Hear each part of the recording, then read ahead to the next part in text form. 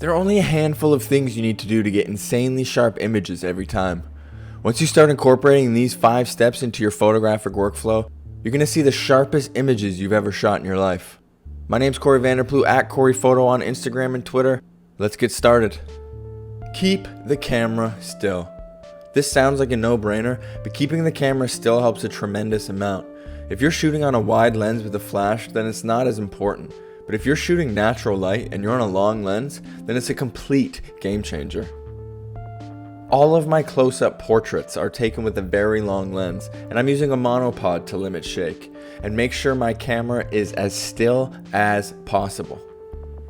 Prime lenses are significantly sharper than zoom lenses.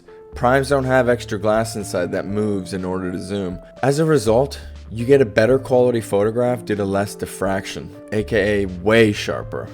I also use a long lens, generally a 135, and that allows me to get right up close and personal to make sure that eye is sharp.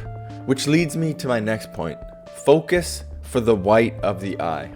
Just having a constant voice in the back of your head saying, focus for the white of the eye, every time you focus is going to help tremendously.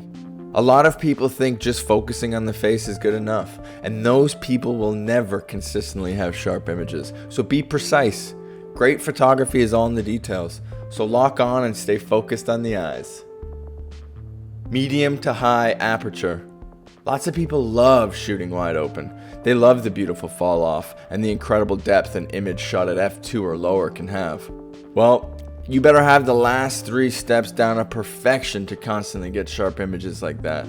Some of the greatest portrait photographers to ever live, like Irving Penn, Richard Avedon, or Platon, shoot at f16 or even f22 for their surreal sharp imagery. So stop up. Experiment with 5.6 or 5.8 or even higher. If you're shooting natural light, then try boosting your ISO to 400 to get a little extra light on the sensor. A high stop means less depth and a sharper image. So the more light you have, the sharper you can make an image in camera. Post-production. Before I begin post-production on an image, I like to give the raw files a little bit of love. These 2 tricks, if done right, can make your images insanely sharp. But be careful and do a lot of experimenting because it's extremely easy to take it too far. I like to go around 50 for clarity and about the same for sharpness. Just remember, you can't make a soft image sharp, but you can make a sharp image way sharper. If you put all of these weapons in your arsenal next time you're shooting portraits, then you're going to come out with some of the sharpest images you've shot in your entire life. Keep in mind that repetition is the key to success. So practice and practice often to get the most of these tricks.